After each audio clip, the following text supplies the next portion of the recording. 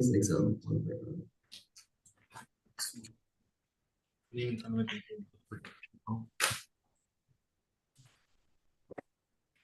Good afternoon. Thank you for staying with us or for joining us. We have heard from the Fair Trading Commission, which told us about how businesses are to compete in a fair way, and they also educate on matters affecting consumers. Now we need to hear from another body, another important body, the Consumer Affairs Commission. And that is an agency that also deals with protection of our consumers. I now invite Ms. Morgan Headley to introduce our presenters. Ladies and gentlemen, esteemed guests and fellow students, it is my privilege to introduce our distinguished presenter for our second session, Mr. Richard Rowe, who is accompanied by Ms. Tara Francis, the legal officer of the Consumer Affairs Commission. Mr. Rowe is a former banker and currently director of Western Region with the Consumer Affairs Commission. He oversees the operation, inspection, and field function of the Commission, its regional offices with responsibility for supervision of staff and provides technical and administrative support to the Director of Field Operations. For over 20 years, Mr. Rowe has committed himself to public service and employment of others. One of his greatest achievements at the CAC was his successful resolution of complaints that in one instance resulted in a $27.5 million refund and compensation. To date, this remains the single largest individual monetary compensation negotiated by the CAC. Since leaving Ardent High School, Mr. Rowe attended the University of Technology, Jamaican Institute of Management, the United Theological College of the West Indies, and the Management Institute for National Development. He is customer service certified and is presently pursuing a Master's of Business Administration in Leadership and Sustainability with the University of Cumbria, UK, and Robert Kennedy College, Switzerland. Mr. Rowe is the department chairman of the Jamaica Customer Service Association and has served Kiwanis with distinction since joining the Kiwanis Club of Kingston in 2007. In 2015, he was the charter president of the Kiwanis Club of Barbados, the Kiwanis 100th anniversary club which he chartered. He was awarded the Godfrey Dyer Medallion for distinguished service with the Kiwanis. Today, Mr. Rowe joins us to share his valuable insight on consumer affairs, consumer rights, and fair practices in the market. Please join me in giving him a warm welcome, both Mr. Rowe and Ms. Francis.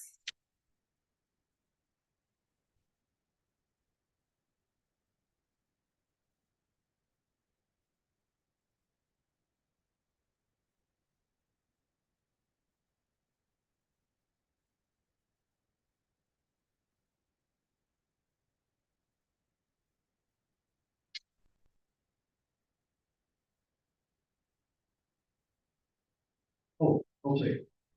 Good afternoon, everyone. And I am really delighted to be here and to be sharing with all of you wherever you are in the world. Just so great to be with you. And of course, my colleague, Tara Frank. All right. So let's jump right into it, shall we? Now, let the buyer beware is a very important phrase that we have been using. And of course, a lot of persons don't even understand just how significant it is. Now, it is to be shared as a, Catholic phrase that is used to emphasize, yeah? Oh.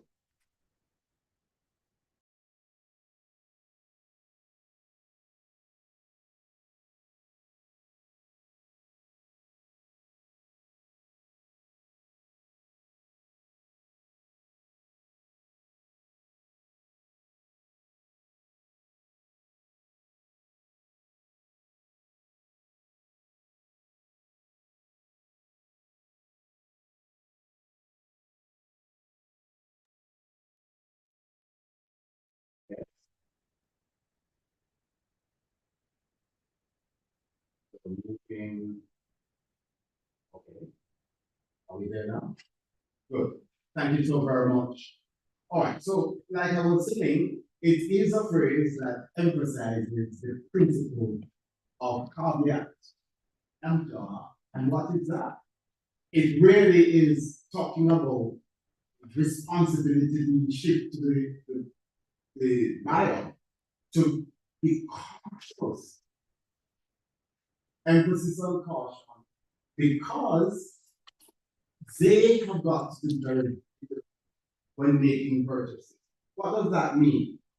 It simply means that it encourages consumers to do their due diligence, do your research, and ensure that you are aware that there are deceptive conduct of persons out there who'd love to get your money in exchange for nothing.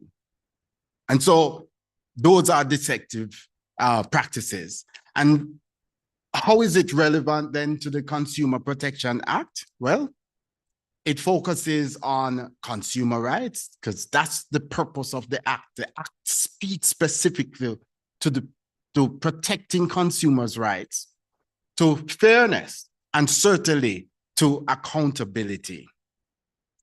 But before we jump into that, I think it's important that we create for you the framework where the consumer affairs started and how we have merged into what we are today. So in 1971, we were established as the Prices Commission, and I'm sure the older folks are aware of the Prices Commission and what the Prices Commission used to do. At that time, it was a trade act that caused us to be in existence. And at that time, we had the price controls era. But during the 1980s, a significant reduction in the number of goods under price controls caused the government to shift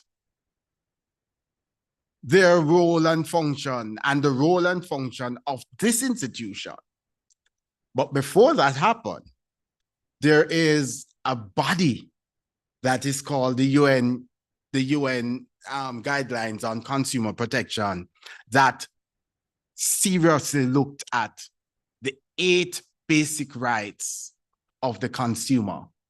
And it is those rights that help to inform the government as to how they will move into the next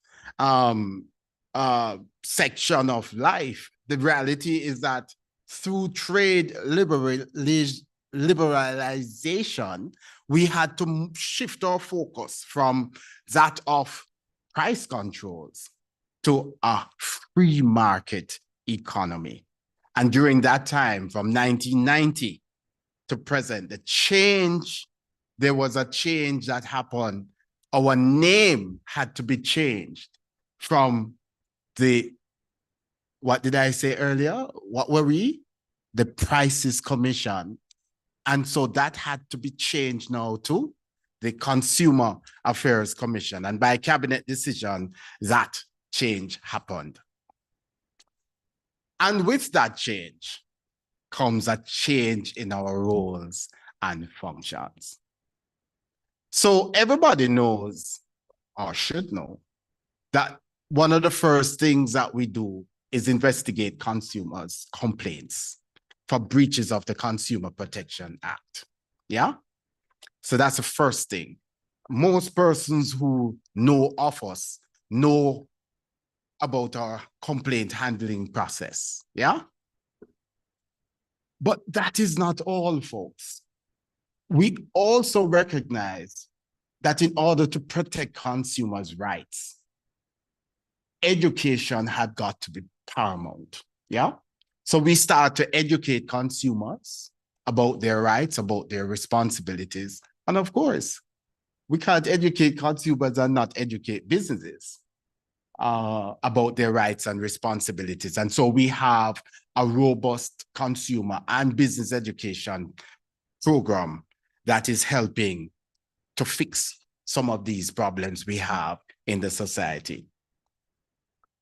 not only do we educate consumers about their rights, their responsibilities, their role, and the role of the Consumer Affairs Commission, we also conduct market research. And in doing so, what we do is ensure that the consumer knows some information that will help them to better make some choices. So we survey things like basic food items across the island in different supermarkets, all the noted centers across the island. We also survey the prices at the pumps, the gas stations, for those of us who drives and would like to know where we can get petrol for the cheapest around town when you're in certain areas. And those prices are published, textbook prices around the time for textbooks. We do that survey and we publish these prices as well. So we do conduct market surveys, and that help to inform consumers. And you might say, but how that really benefit consumers? Well, the truth be told, there are instances, because when the prices are published, the prices that are in green are those the lowest. And the prices in red are the highest. And they are tied to different institutions, yeah? And these institutions, when they see themselves in red and say, no, we have to reduce the price so we don't get highlighted. And that, in my view, is a benefit to consumers. Once they have to reduce those prices, it is, in fact, a benefit to consumers. We also help consumer organizations, and one particular organization in Jamaica is the National Consumers League, right? I know the younger folks don't know much about this organization. However, it does exist. It's a membership organization, and it is one of those organizations that is set up to help to really do some work on behalf of consumers in this nation. As to how effective they are, well, perhaps if they had some young people like yourself involved, it would become a little more robust and can be a very vibrant consumer movement that would help to do what we're doing and make it better. How about dispute resolution? So yes, we handle complaints, and you'd think that that's dispute resolution. No. In addition to handling complaints, and when it's not resolved at that level, it moves to a consumer protection tribunal, where this quasi-court movement helps resolve those complaints without necessarily taking them directly into the court. All right? So we do that as well. And those, in essence, are the areas that we are very involved in. And I must tell you too, that the Consumer Affairs Commission is big on standards. And we work along with the Bureau of Standards because we are a part of almost every technical committee that the Bureau of Standards establish, because we want to make sure that the voice of the consumer is heard in every standard that is released across this island, all right? We also facilitate and host tribunal meetings of the telecoms and electricity, for telecoms appeals and electricity appeals. And we act as the secretariat for the distributive trade. We celebrate World Consumer Rights Day, folks, yeah? March 15 every year. And so you know there's a celebration coming up shortly, yeah? It was first observed on March 15, 1983, and later adopted by the the United Nations General Assembly, which provided the UN guidelines to include the principles, all the rights of the consumer. Yeah? So, what are these rights? Are we aware of them? You know your rights? Some of us would have learned something in high school and we say, well, that's high school. I don't really need it. And then later you find out that it's very applicable, but we don't remember. So I'm going to use this segment to just remind us of what these rights are. The first one is access to basic needs. We all have basic needs, need for food, clothing, shelter, and transportation, and these stuff. And the government has a responsibility to make sure that these are available. Most times at a price, but they are available, yeah? The second right is the right to safety. Protection from anything that will harm us, yeah? Anything that is hazardous to our health. And this is a very, very important right. It's a right that we take very seriously. And it is this right that calls us to be talking about recalls. From time to time, you'd hear about recalls, and those recalls are very important. And we make sure that the nation is aware when there's a recall, even if it is not on the market right here in Jamaica. The third one is to choose. Choice is so very, very important to consumers. And the truth is that when we have monopoly situations, we feel as though we really don't have a choice. But I'm just giving thanks for, the fact that there's now a little bit of competition for, organizations like the JPS, yeah? You can get what equipment you need. Your solar equipment, yes, and say goodbye to JPS and welcome to the sun, yeah?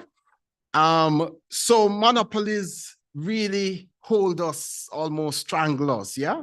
But it's important that we know that we have the right to choose, and for that to happen, we must have a variety of products and services at competitive prices.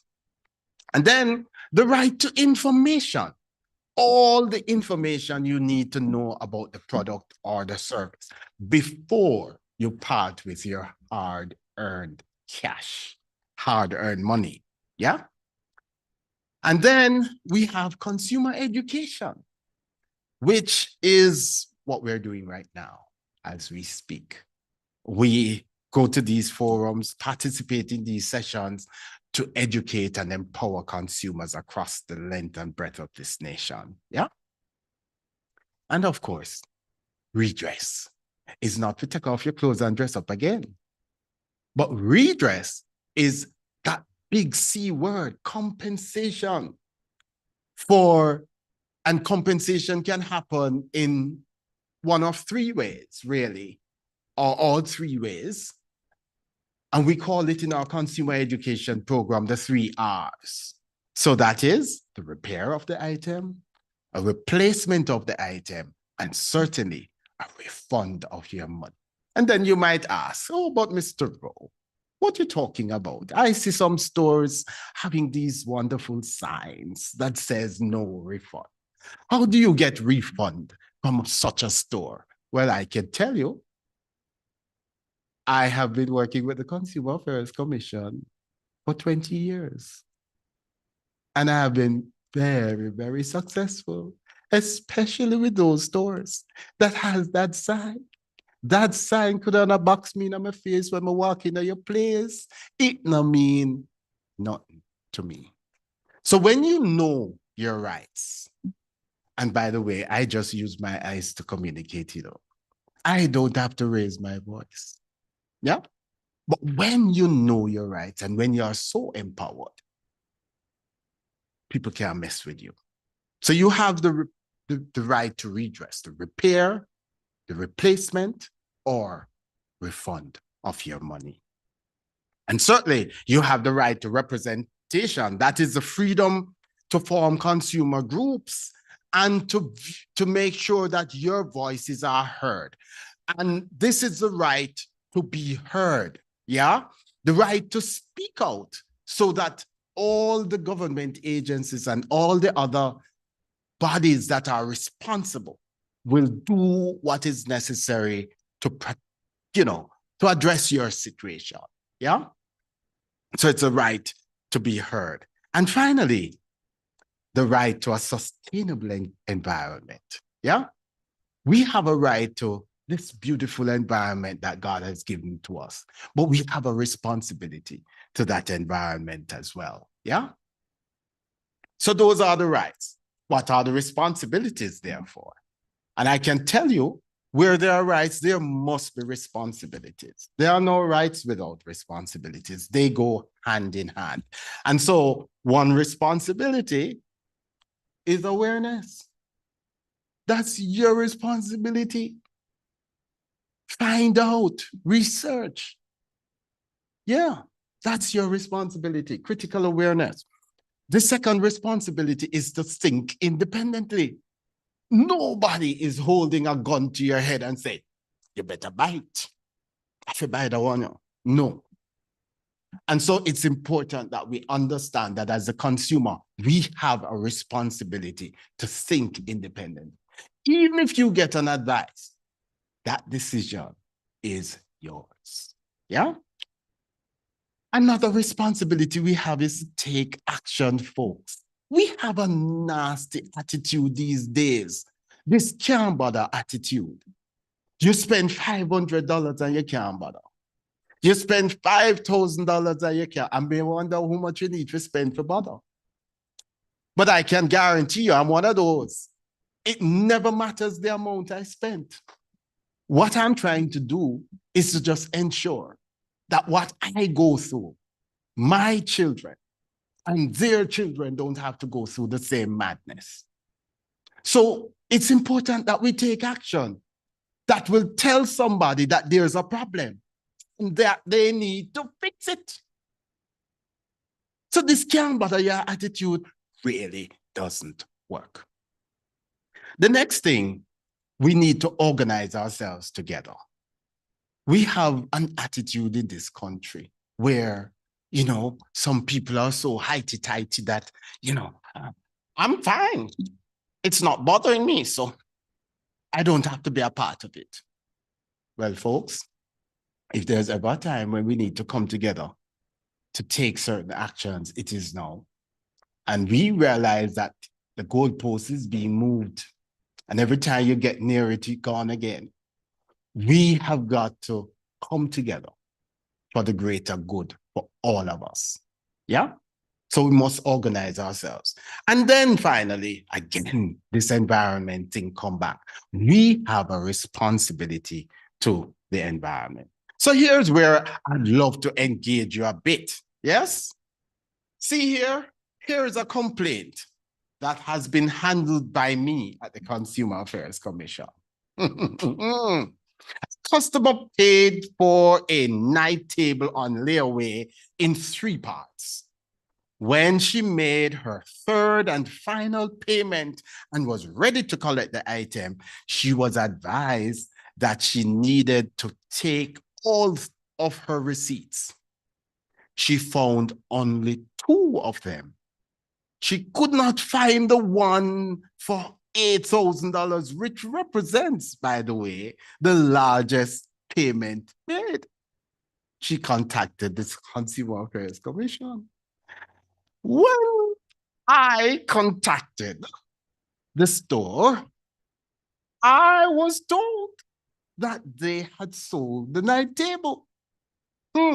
So, if you were the customer, what would you do? What would you want to happen at that point? Talk to me. What redress would you like? A refund? You want the table?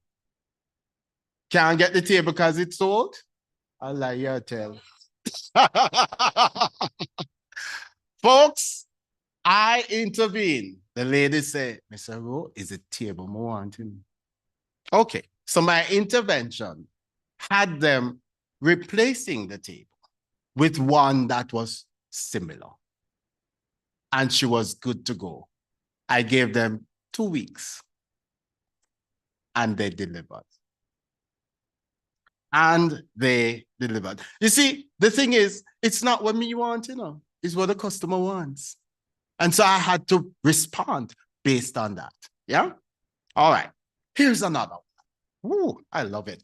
Complainant went to a bookstore and sought the assistance of the store clerk with the book list.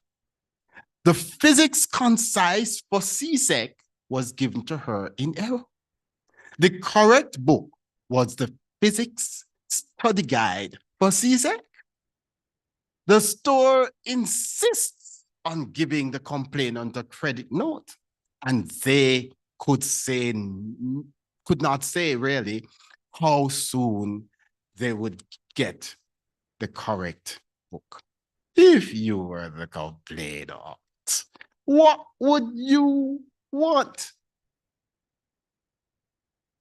Sorry? Mm-hmm. Oh, you mean of the store? Oh, you mean this consumer to ensure that she was getting the right book? Okay, well, yes. And there's also the responsibility of the store because you see, she sought the assistance and they gave her the assistance. Now, without the assistance, perhaps that point would be of absolute importance.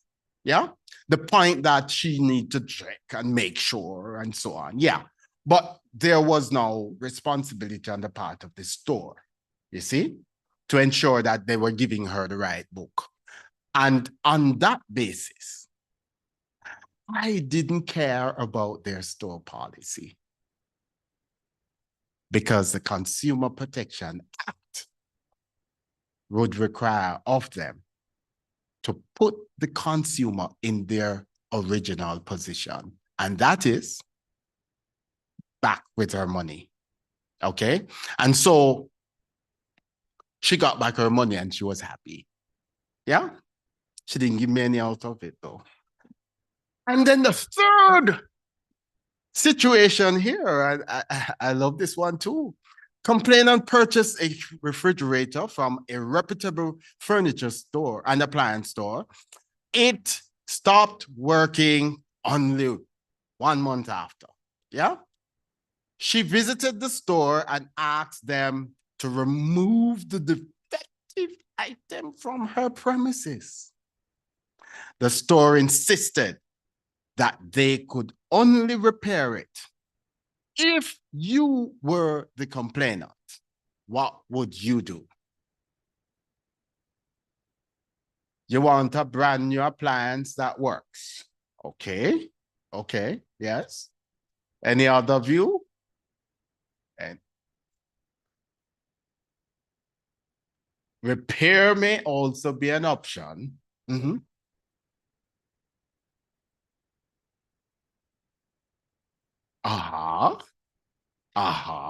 Yes, I see you're thinking. Yes.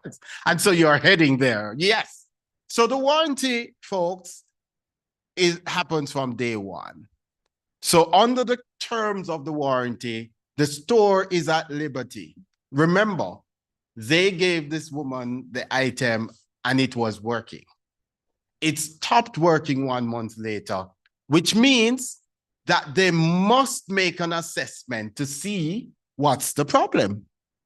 Are you with me? And whether or not the problem with the fridge is based on the usage of the individual. Yeah? So it's important that under the terms and conditions of the warranty agreement, that the store exercises their responsibility under that warranty agreement. And therefore, having intervened, the store had to go to see what was the problem. And based on what the problem was, the store was at liberty now to fix the problem. All right. And so that matter was also resolved. However, she was kind of thinking that she needed to get a brand new item, no questions asked, but it just couldn't work like that. Not when you have a warranty agreement and the store is willing to honor their commitment under that warranty agreement. And now, folks, it's now time to hear from Tara, my colleague, who will take us through the next 2 slides, which has a lot of information, by the way. And so, Tara, are you there? Hi, good afternoon, everyone. Tara Francis here, legal officer at the CAC. I will just briefly go through the sections of the Act in relation to the duties of the providers and consumers. So our first section, section 18 under the CPA, as we call it for short, which is the Consumer Protection Act, that is, refers to consumer protection regulations regarding sale of goods in Jamaica. So I do not know if you know, but before any payment for any goods, the seller must provide a consumer with all necessary information about the goods, whether verbally or in writing. It must be in English. That is what the Act stipulates. Now, the information could include additional stuff, but the Act stipulates that it must state its origin. Where is this good coming from? It must state the price in Jamaican currency, care instructions, terms of sales, components, proper use, weight, size, and assembly instructions and installations. Now, let's say the provider fails to provide these necessary information and you suffer injury or damage, the consumer. You have a right to redress as you were not provided with the proper details before purchasing this item.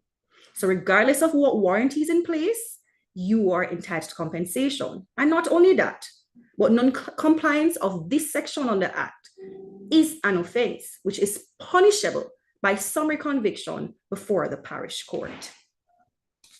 We now move on to section 19, which states ensures consumer rights regarding accurate measurement. Therefore, consumers have the right to check. So you go to the market, you're buying fruits or whatever it is that requires using the scale, weight, or volume. You do have the right to inspect, to check and ensure the accuracy of the goods that's being provided, especially if that weight or volume determines the price of the goods. Now, if a provider fails to inform you of the proper weight, good measurement, then this too is an offense under the Act, which is again punishable by fine, summary conviction to the parish court. Section 20 of the Act speaks to providers issuing receipts. Again, it is your right as a consumer to be given a receipt. The receipt must stipulate the amount being paid by the consumer, the date of the purchase, a description of the goods or services. Any applicable professional fees must also be stated.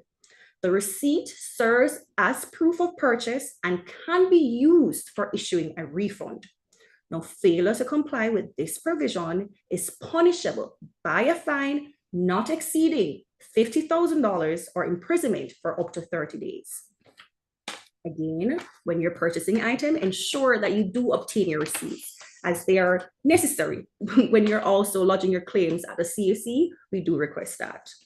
Now, section 21, in relation to warranties for goods and services, the Act stipulates that providers must issue explicit warranties for goods and services, regardless of whether they are new or used goods. In the absence of an explicit warranty, however, the Act stipulates that there is in fact an implied warranty to protect consumers. Now, the implied warranty is for 6 months on parts and labor, and it's subject to any standard warranty conditions for that goods, services, or whatever purchased by the consumer. In relation to section 22, compensation for damages resulting from the use of goods and services, and this too, before I delve into this, This could easily be tied back into section, where was it? Section 18, where if you're not provided proper information in relation to installation and utilize the good and you suffer injury or damage, this, of course, would result in compensation being paid to you as a result of you not being provided with proper instructions.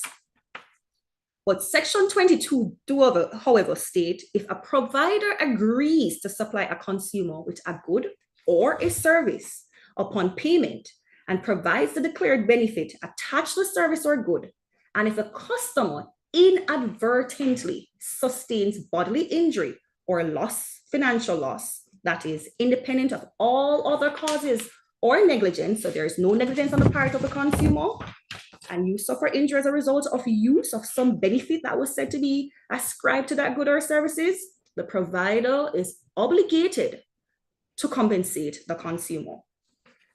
So upon receipt of a complaint by this consumer to the CAC, accompanied of course by proper documentation, the CAC would then investigate and try to ascertain what happens, and in the event that the provider is held responsible, the provider must reimburse the consumer for all reasonable costs incurred to rectify the damage. Initiate compensation payment within 7 days of receiving the complaint, or apply for an extension if unable to do so. And this of course is a duty of the provider in relation to same. Now, section 23 of the Act speaks to goods fail to provide intended benefits. So you buy a blow dryer, you've purchased some sort of service and it doesn't operate the way it should. What are your rights in relation to same, or what can happen then? If a good sold to a consumer fails to deliver the intended benefit during the comprehensive warranty period, that is, and it is determined by the consumer after consulting the provider that the failure is not due to any negligence or abuse, so you can't damage the item and then come to us, then the provider is responsible for repairing or replacing that good at no cost, and I emphasize, at no cost to the consumer. Now, I want to emphasize this, as I've seen it myself, that in the event of repair, the provider must return the repaired good to the consumer within a prescribed period appropriate by the commission. So you can't take that item and take a decade. Of course, that would not be reasonable in the circumstances. And in the event that the repair takes longer than a determined period, the provider must, emphasis on must, provide the consumer with a temporary substitute of a comparable value for uninterrupted use and enjoyment. So you buy an item and it's defective, they've agreed to repair it, it's taking longer than usual, there is a right under the Act for the consumer to be provided with a substitute, and it should be of comparable value. Now, failure to do so, again, is an offense punishable by summary conviction before the parish court with a fine not exceeding $200,000. Move on to section 24. This section outlines consumers' rights regarding goods purchased based on providers' declarations or description. So if a consumer buys a good based on the provider's description, but later finds them defective or materially different, they can return the good to the provider. The provider must immediately offer the consumer monetary compensation equivalent to the values of the good or an agreed upon amount in exchange for the returned goods. So we can't say that we're selling X and provide Y. If we say it's X, it must be X. If we say it's Y, it must be Y. Now, approved and non-approved. Hold on, I skipped one, I believe, sorry. So in relation to the return of electrical goods, if a consumer buys an electrical good, believing it to be fully functional, but discovers it is faulty upon attempting to use it, the following applies. Now, upon returning the good to the provider, the consumer is entitled to exchange the faulty good for a new functional one at no cost. So I believe you'd have heard of Richard mention this, you know, the faulty the faulty refrigerator or so on. If it can't be repaired, then, they should try their best to repair that defective item. And if it cannot be repaired, the act stipulate that you receive a refund of the amount paid if the provider cannot provide good upon that damage. So there are redress, of course, provided for under this act. Now, Section 26 mentions the approved and non-approved services. Providers can only offer services approved by the consumer, correct? And cannot compel consumers to sign open-ended commitments. So if I've engaged you for X again, you must be providing X services. Do not try to attempt to sneak in X, Y, Y, Z, A, B, C. That's not what the consumer has agreed to. So we stick to what this consumer has intentionally agreed to or signed upon. That's what you provide. Now, providers offering repair service must disclose any additional repairs they deem necessary for the consumer to enjoy reasonably long and uninterrupted use of the repaired item. So you're fixing a car, you see something, something else, mention it. Don't just attempt to go ahead and fix it and tack it onto the bill. This ties it back to actually providing, informed choices to consumer. Let consumer have a choice. Obtain written indemnity from consumer if they choose not to proceed with the recommendation. So you say, okay, I see X, but while fixing X, I see you might have a problem with Y. Mention it to the consumer, allow the consumer to make an informed decision. If the consumer says, I am not interested, you know that. That is your written indemnity to say that you brought it to the attention of the consumer who has indicated they have no interest in whether repairing that issue or addressing it then and there. Now, any violation of these regulations constitute an offense punishable by a fine not exceeding $500,000 upon summary conviction before a parish court. And the last section, businesses offering repairs. Now, this section mandates that businesses offering repair services to consumer must maintain records and provide specific information to consumers. Records must include consumer's name, address, and telephone number, description of the item for repair, including any identification number or mark, agreed replacement value of the item, estimate of labor and costs for repair, date of receiving the item for repair, expected date of completion, with a copy of this information given to the consumer prior to repairs being commenced. So, you should ensure that as providers that, providing services, selling goods, that you adhere to these stipulations. These are your duties under the CPA. And, not just when providers adhere to these stipulations and consumers are aware of their rights and we work hand in hand, everything works a bit more smoothly and we have less issues when everything is clear. So these are the duties enshrined under the Act, and people being providers and consumers should try their best to be knowledgeable of their duties, their respective duties, and seek to enforce them. That is my synopsis of the duties of providers and consumers under the Consumer Protection Act. I now go back to Richard. Thank you. There, folks. I truly enjoyed even going through these sections again. Refreshes me, and it just allows me to think about how much more consumers need to be educated about their rights, about their responsibilities, and also the businesses, they need to know that under the Act, they have these very important responsibilities. No sign not going to do it.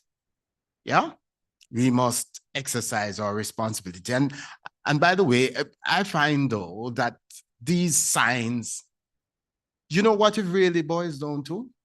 Poor customer service. Poor customer service. I honestly don't believe that when you're serious about delivering service to people, that all you do is point to signs. No, if there's a problem, we should resolve it. We should resolve it. And so that's important. All right. Where am I now? Oh, hold on now. Am I going too fast? Oh, okay. So, so yes, we want to encourage consumers to download our app.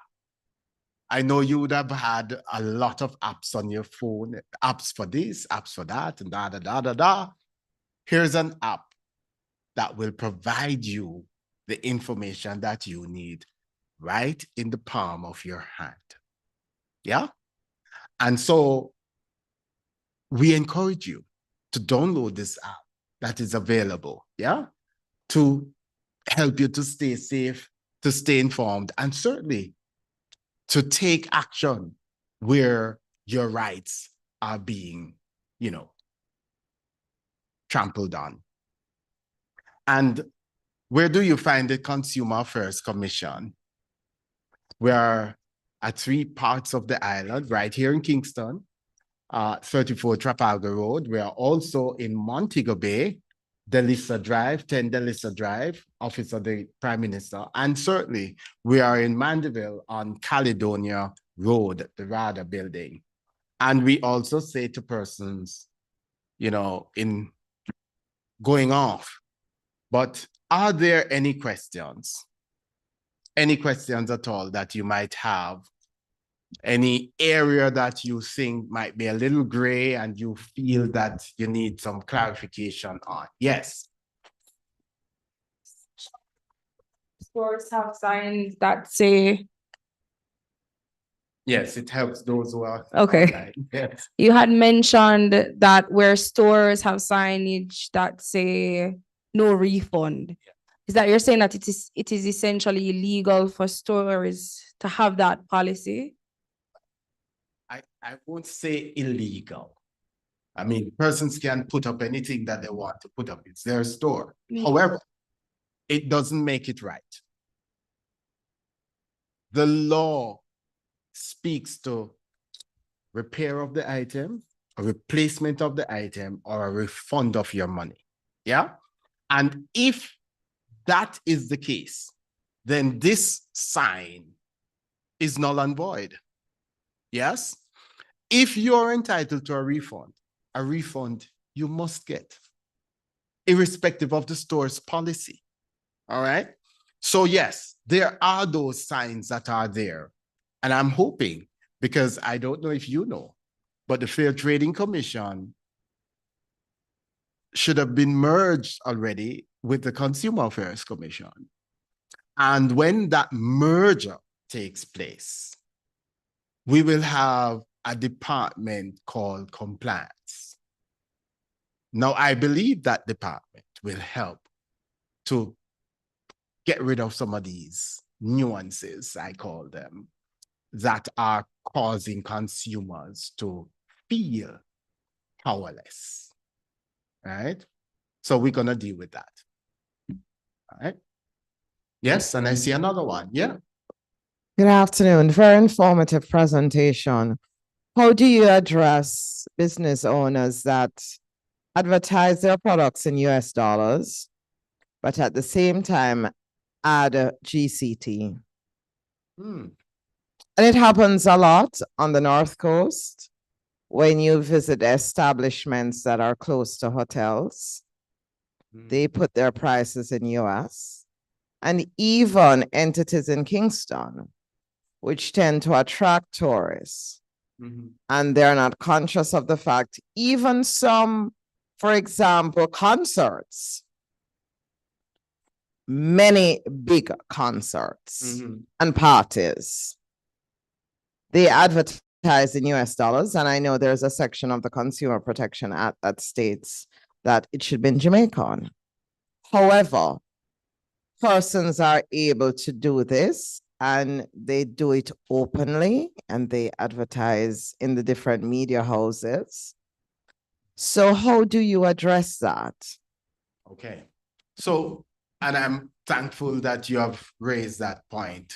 The reality, folks, is that any advertisement that goes out there should disclose all the information. So if it is that GCT is going to be added to this cost, they should say so and say so in the advert, right? You should not be advertising one thing and then by the time the person comes, it's called what we call bait and switch. And that is, under the law, is totally unacceptable, right? However, sometimes things happen and it is not until the Consumer Affairs Commission, a complaint comes to us, that we become aware of some of these issues. And so we ask consumers where they find that things of this nature is happening, please inform the Consumer Affairs Commission so we can take the necessary actions to remedy these situations. Power, you have anything to add there? Power? Are you there? No, I'm here. I heard a question. Oh. I know that the practice, especially being from the North Coast, persists. Mhm. And it's something that has been raised a couple times over and requires, it requires some guidance in relation as to how to proceed. I know that for certain transaction, if it's even stated in US dollars, the Jamaican equivalent is normally stated, and especially for TAJ purposes, it's normally converted so that you see what that is and see how the GCT would be payable. But it is a practice that we know about in terms of in different circles, we've heard it, but we're just awaiting, the authority because it has been raised in other forums, but nothing concrete has been stated in terms of, whether or not the practice of actually quoting anything at all in US dollars should be, should desist. It seems to continue perpetuating. However, there's been certain requests that when you do see the US dollar, you should actually see the Jamaican dollar equivalent. Yes. So I don't know if, though it's quoted that way, if you do inquire, you should be told what that Jamaican amount is. Yes, for sure. So in the event that it's not written and you inquire, you should be told. Nobody can tell you, oh, this is just the US amount, full stop. You should be told. This is not the United States of America. Yeah? And therefore, businesses are obligated to share that information. Yes, ma'am. And sir, I would take that a step further. Since this is Jamaica, not the United States of America, it should not be in United States dollars in first instance, and then a conversion. Could you go to no other country where they put another currency and then the conversion? That's a policy issue that I believe the government of Jamaica must address. Yes, but then you have a legislation that says one thing. Right. So we should act on the legislation, eh? That's correct. The law stands. Thank you, sir. My colleague has a question. Yes. Okay. Yes, good afternoon. Yes. All right, so my question is, if I am doing a transaction online, which is a Jamaican-based company, and when you're going to proceed to the payment, it's advising you of a service fee separately from the costing of the goods. Is that correct? So it was not by, it didn't tell you this before. No. It's only when you went online and now ready to move the process to Yes. payment. That again is totally unacceptable. Really should not happen. And where these things happen, we beg of you to call the Consumer Affairs Commission and allow us to intervene on your behalf where these matters are concerned. Yeah. Yes. That I have, like recently I've been to establishments where you are charged a service charge, you're charged tax, and then you're forced to pay a tip. How do we address this? Because they present a machine to you and you're already given the options. There isn't like, do you want to pay a tip and then the options come up? No, they've presented it and all you can do is now choose the lesser of the prices to give a tip. So sometimes you say, for example, your bill in itself is $7,000 after you've paid the service charge, the GCT, and then the tip, you're leaving with a $12,000 bill. And something needs to be done about that. That is serious. That has never caught me because that's when I'll be walking out of there. You hear me?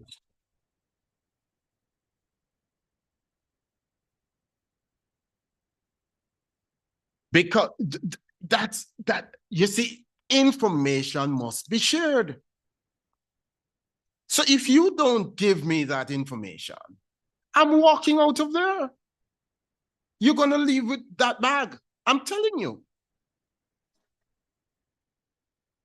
And this is a kind, oh, am I shouting? This is the kind, I get very, this, folks, is a kind of abuse that a lot of merchants are getting away with. And consumers feel that they don't have the right to walk out of there. I remembered going into a supermarket. The price on the item was one thing. And by the time I got to the cashier, it was another price. I said, well, guess what? I'm leaving here with this item, with this price, and I'm not paying a dime more. Call the police, call anybody you wish to call. But I'm leaving here, and if police come or whoever come and touch me, then that's another problem. But I'll be presenting the money and I'll be moving out with the item. And we need more consumers who are so empowered to be acting in this kind of manner. We behave as though these merchants are so big and so powerful. Without us, they don't exist. We are the largest group existing anywhere in the world. And therefore, we need to stop belittling ourselves and behaving as though we have no rights, because we have them. And we now need to take responsibility with what we now know. All right, beg your pardon, yes. And so it's time to wrap up, I understand. And let me say how happy I am to have been a part of this process. And I'm sure, Tara, yes, Miss Francis, aren't you just very happy to be here and to be sharing in this exercise? You're muted. I said, indeed, I'm happy to be a part of this. And of course, I'm taking all notes of the queries raised so we can go back and see how best we can address these issues and be of, better service to those who have raised them. Absolutely. Thank you, Tara. Well, folks, with that, sorry, you have a question? Oh, very importantly, I'm sorry, we can't allow this to end without, oh, certainly not. So my question, buying defective goods. Yeah. So this I encountered over the Christmas holidays. The store has goods that they know to be defective. Take up the item, it's dirty and in poor condition. And I really wanted the item. I asked, could it be cleaned? Because it was really, seemed to be in working condition, but not very attractive because it would have been on the shelf. And so they said, yes, I couldn't take it out of the packaging, so they did what they could. And when I went home, the item that they said they had inspected, but for the battery, did not come on. And it was just so distressing because I'd actually brought the manager's attention to it and everything. And I thought to myself, when you are purchasing the item and the shop-worn items, is there any place for the consumer to argue for price reduction? Well, certainly in most establishments, once it is a shelf item and they have no other, they usually discount the item. So I beg of you, ask for your discount. Yes? If you're not getting it, Right. And so the second thing I noticed, this particular store, some years ago, I had gone into the store and I noticed that they had bread and it seemed that it's a green. So I took it to the cashier because I thought to myself, really shouldn't have anybody else take up this product. It's probably unsafe. And they immediately took it back and placed it on the shelf.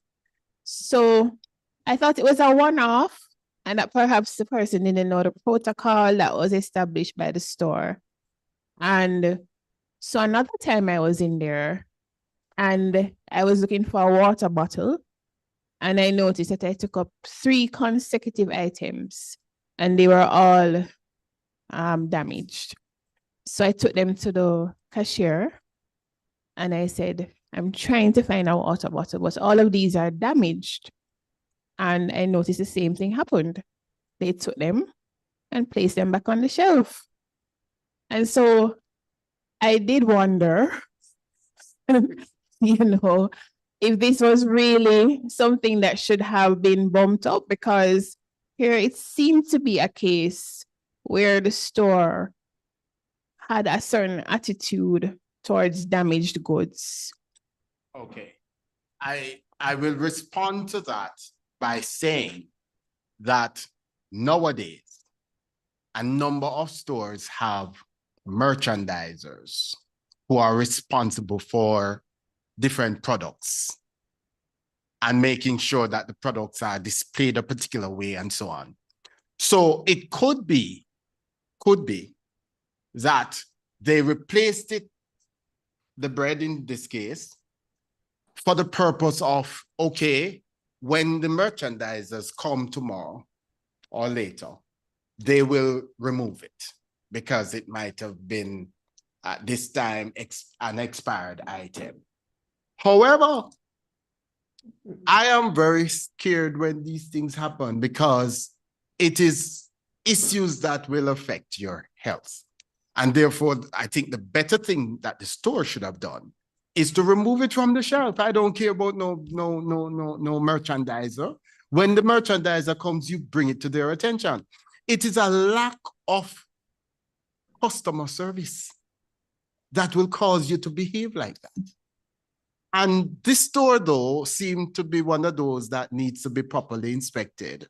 Mm-hmm. And chances are find themselves in breach of many things. And I'd love to know which store this is so that I was just about to say that. I don't make the mistake of going in there, except to speak with management about the issues. Yes, one more question. Richard, perhaps we should invite her to write a formal complaint just to have a look at things. Right. Absolutely, yes, yes. All right, so this question concerns labeling. I don't speak Chinese. Maybe my forefathers did, I don't know. However, I notice increasingly when I go to certain stores that I'm not able to understand the language that's written on the labeling. And it's a little distressing because I want to be an empowered consumer. I want to know what's in the labeling. Nowadays, 10 out of the 15 ingredients can kill you. So is there a place for labeling and making sure that it's in my language and that goods don't come here that have French or some other language that I can't relate to? So yes, there's a place for that. The Bureau of Standards, though, is the agency responsible for labeling, yeah? And if they are in breach, because even if they have another language on the product, the English equivalent needs to be there, yeah? And once that happens, it's a breach of the Consumer Protection Act, yeah? And a breach of the Labeling Standards Act as well. And so it's important that when these things happen, you alert us at the Consumer Affairs Commission. And since it's a labeling matter, the Bureau of Standards, so we can address it. Anything to add to that, Taro? No, agreed. They just need to lodge the complaints for us to do our necessary investigations so that your rights can be enforced. Absolutely. Absolutely. Thank you. Yeah, you have another question? Yes. Mercy. All right. I hope them don't say be still long, you know. No.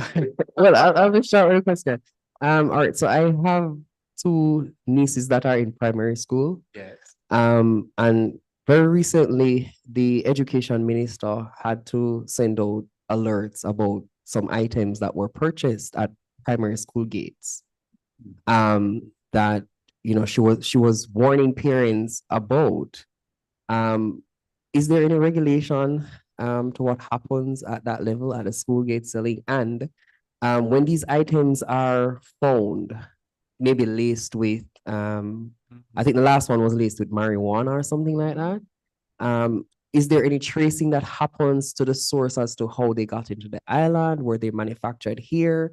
I've never seen any kind of investigation or arrests for these things. What is done when they are found? All right. Okay. So there are a number of agencies that have to come together to ensure that these issues are addressed. And apart from the education ministry, who has responsibility for what happens in and around the school community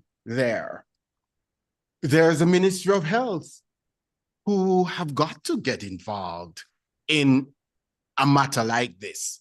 Because, and I remember that incident, but I don't recall a follow-up to say, okay, this item was purchased or originated from Timbuktu and it was laced with.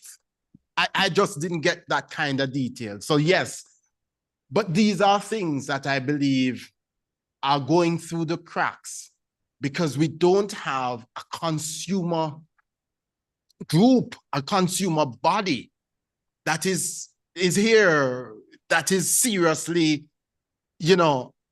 advocating for consumers, our rights and so on. And it doesn't have to be just one body of consumers in it. It could be a body that comes out of the Ministry of Education, another body that comes out of the Ministry of Health. But the focus really is on protecting the consumer and making sure that our rights are protected, But that's a serious matter. And I think the school has a responsibility, and certainly the Ministry of Health has a responsibility where that is concerned. Tara, anything to add? No, Richard, I think that's sufficient. But in the event that necessary investigation is done and it's found that it's a provider, then that's where we'd get the other entities involved to do necessary testing, like a Bureau of Standard, to tell us, Right. what's up with this product, and then we take it from there. But like you said, we've not had any follow-up in relation to same, so we don't, in relation to that specific case, we certainly don't know what is happening. Right. Okay. Well, so the wrap-up is here, folks. And with that, I say to you, wishing you success, good health, happiness, and above all, inner peace. Thank you. Thank you. Thank you very much.